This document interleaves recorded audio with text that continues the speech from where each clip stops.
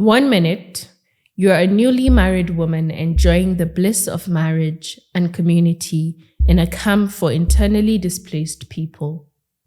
The next minute, you are being seized by members of the Boko Haram terror group alongside 12 other women. By the time you escape 2 years later, it is with a terrorist child in your belly. Will your husband accept you back with the baby? Is he even waiting for you? You know women whose husbands left them because they were raped by terrorists. What will be your own fate? You are terrified as you make your way back to the village. Welcome to Vestiges of Violence. Here, we talk about survivors. For Human Angle, I am Saviga.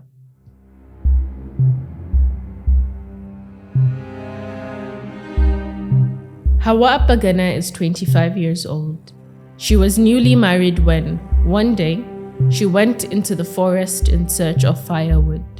She had been displaced years before by the Boko Haram insurgency. Because of their proximity to the forest area, firewood gathering was the easiest form of getting money for many of the women in the camp. That day, she joined 12 other women and one man in cutting. Suddenly, they were surrounded by heavily armed men.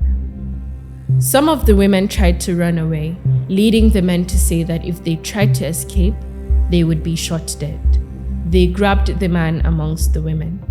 They dug a hole in the ground, then lay him down and put a knife to his throat. Afterwards, they rubbed the blood on their hands, showing them to the women, then explained that if any of the women tried to escape, she would be met with the same fate. The women were then marched into the forest and locked up. Those days were terrifying. Hauwa remembers that every night, the men would come into their room, pick 2 women, and go into the night with them to rape them. It happened to her so many times that when she was asked about it, she scoffed. Even when they were marching us into the forest before we arrived, they would stop on the way to rape us. I wish I could tell you that the man who was slaughtered at the point of abduction was the first and last time Hauwa witnessed life leaving a human body. But it wasn't. During captivity, one woman tried to escape.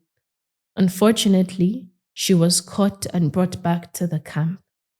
That night, they assembled all the women to watch as they dug a hole in the ground and lay the woman down, her neck facing the hole. They made us watch. If we tried to look away, they threatened to kill us too. They wanted us to watch and told us again that if we tried to escape, the same thing would be done to us. It was terrifying. But when Hauwa realized about a year into captivity that she had fallen pregnant due to the constant sexual violence, she made the decision to attempt an escape. When she made it to Mafa that day, she went straight to her parents' house. They sent word to her husband, who was living in an IDP camp in Maiduguri, the capital city. Her husband, Shetine, hurried down to Mafa to bring her home. Shetine is currently away in Lagos, eking out a living. He is a commercial motorcycle rider there. Every month, he sends the little money he's able to make home.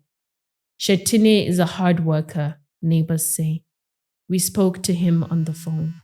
He says when he arrived at Hauwa's place in Mafa, she was not as receptive as he had hoped. She kept turning away from me and not responding to me. I even bought some soap and supplies for her, but she did not even look at it. It was the people who were around that started explaining to me that she had returned with pregnancy. And I said, how is that a problem? If she does not love me anymore, she can just say that. But otherwise, I don't see a problem. It was Allah that brought us together. I work in Lagos. I've seen all kinds of things here. I've even seen women kill their husbands. When the baby was born, Shetine was at loss on how to proceed, however. Should he hold a naming ceremony in celebration? Or should life just continue as it was? He said, "This is a terrorist's child. Do we hold a naming ceremony for her?" I reminded him that this happened in the first place because I had gone looking for firewood to sell in order to feed us. He went to the Gamboro market, bought food items and biscuits, and we celebrated her birth and named her. He has been caring for her the same way one would care for one's own biological child. After I gave birth to her, he cared for me too and bought me supplies.